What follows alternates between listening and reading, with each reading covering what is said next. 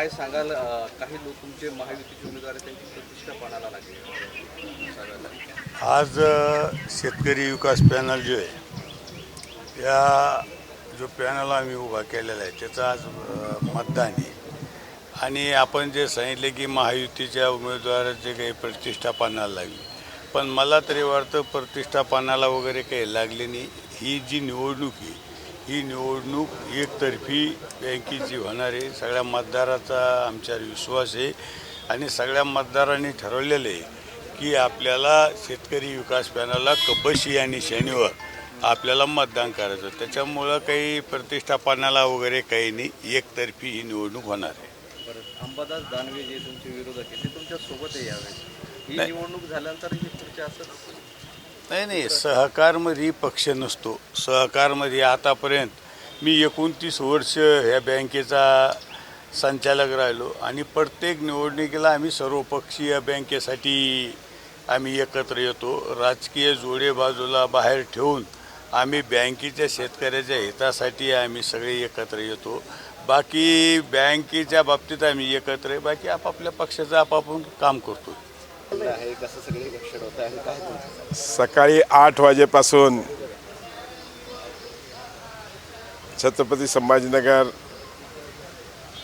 District cooperative बँकेच्या निवडणुकीचं मतदान सुरू झालेलं आहे आणि जरी पाऊस असला तरी उत्साहात सर्व मतदार येऊन मतदान करतायत आणि मला नक्कीच खात्री आहे की आमचं शेतकरी विकास पॅनल जे आहे त्याला आज या शेतकऱ्यांचे प्रश्न सोडवण्याकरता आणि त्यांच्या मागण्यांना न्याय देण्याकरता आमच्या सर्व पॅनलच्या उमेदवारांना शेतकरी बंधू निवडून देतील.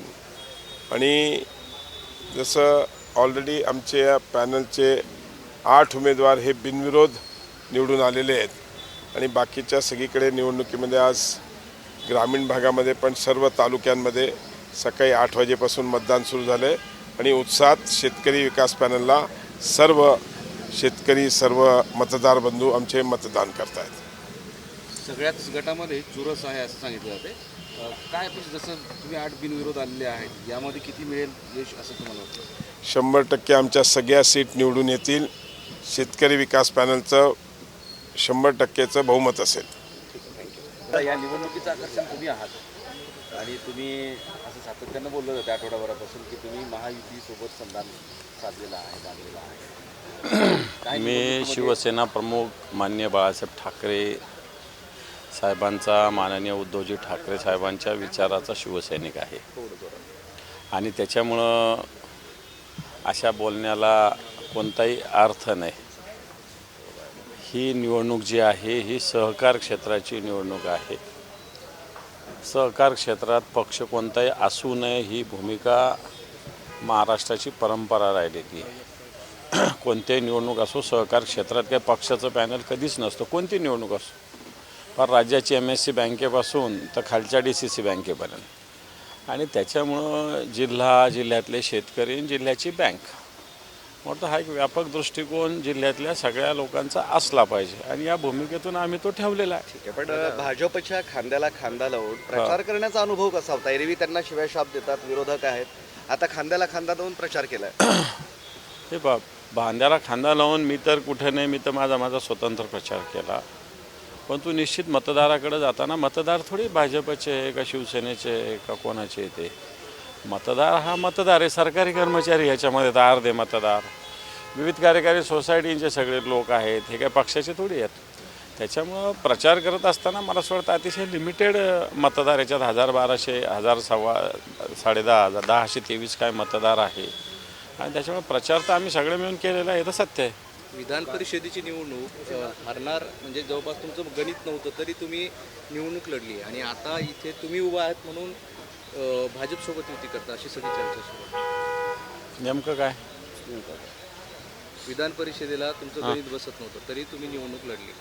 इथे तुम्ही निवडणूक जिंकू शकत होता तरी महायुतीच्या म्हणजे महाविकास आघाडीतून जिंकू शकत होता असं त्याचं म्हणणं आहे. तरी तुम्ही महायुतीत का आले असा? इथं पक्षाचा विषयच नाही आहे. इथं उगाच तुम्हीच लोकांनी सांगितलं कोण आहे महाविकास आघाडी, कोणत्या पक्षाचे उमेदवार जरा सांगा बरं समोर तरी. एकटे डॉक्टर कल्याण काळे म्हणजे काय महाविकास आघाडी अशातला थोडी भाग आहे. ते एका तालुक्यातून शेतकी मतदारसंघातून उभे, जिल्ह्यातून थोडी उभे आहे. ते जिल्ह्याची निवडणूक आहे. जिल्ह्याची निवडणूक असताना सगळ्याच ठिकाणी सगळ्या पक्षाची ताकद नसते. हे पण तुम्हाला सांगतो स्पष्ट सांगायचं तर. सगळे जेवढे आमच्या इथं 9 तालुके, 9 तालुक्यात काय एका पक्षाची ताकद नाही. एखाद्या ठिकाणी भाजपची, एखाद्या ठिकाणी शिवसेनेची, एखाद्या ठिकाणी राष्ट्रवादीची आहे. आणि म्हणून सगळ्यांना एकत्र येऊन लढावं लागतं आणि ते आम्ही लढलेलो आहे.